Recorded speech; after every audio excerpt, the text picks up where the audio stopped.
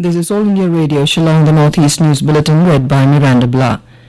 As we start the bulletin, we appeal to our listeners to stay safe from COVID-19 by following these 4 simple steps.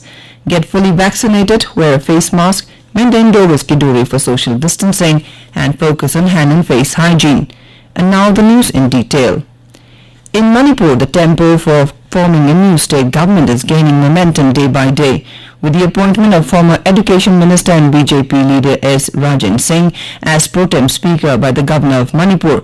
The formation of the next government will happen in the few coming days. S. Rajan Singh, who was elected from Lamsang Assembly constituency in the recently concluded state general election, will take oath as pro tem speaker today morning at Raj Bhavan, Imphal. On the other hand, BJP central leaders will be arriving today at Imphal for finalization of the new government.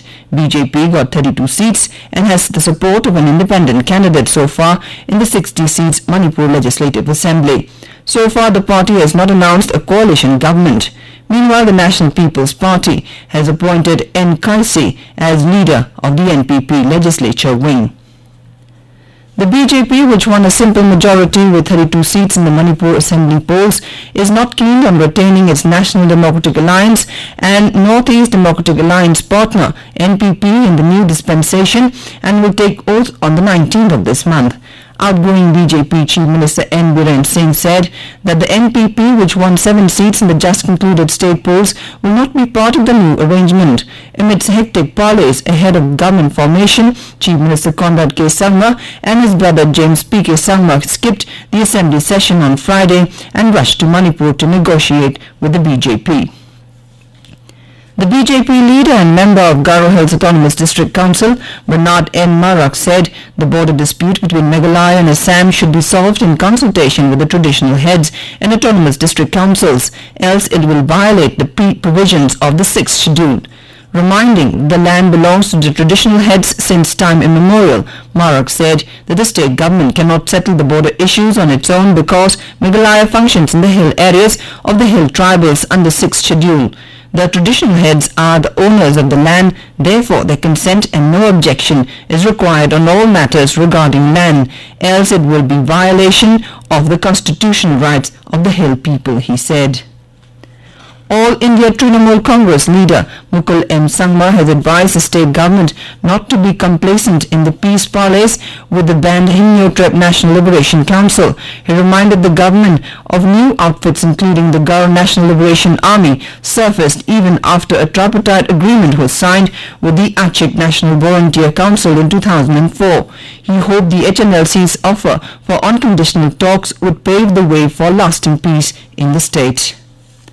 The government will select 100 startups across the country to empower sustainable economic growth and generate employment opportunities in the water or used water sector. Housing and Urban Affairs Minister Hardeep Singh Puri said this at the launch of India Water Pitch Pilot Scale Startup Challenge in New Delhi. Puri also added that his ministry will select startups through this startup challenge and provide 20 lakh rupees to each startup as funding support as well as mentorship. On the occasion, Puri emphasized on the important role being played by the startups and assured them of full and active support from the government.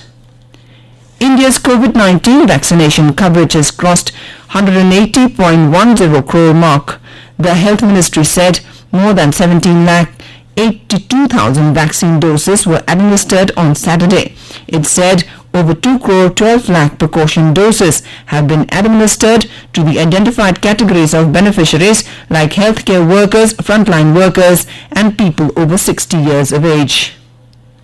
In Manipur, 14 people have tested positive for COVID-19. These cases were detected among the 1,104 samples tested for the virus and the positive rate is 1.3%. No record of casualty due to the COVID-19 related incident was reported. The death toll remained at 2,116 in the state. Meanwhile, 20 COVID-19 patients were discharged, taking the total number of recovered cases to 134,767. The recovery rate is 98.39%. The total number of infected persons so far is 136,976. The total number of active cases stands at 93.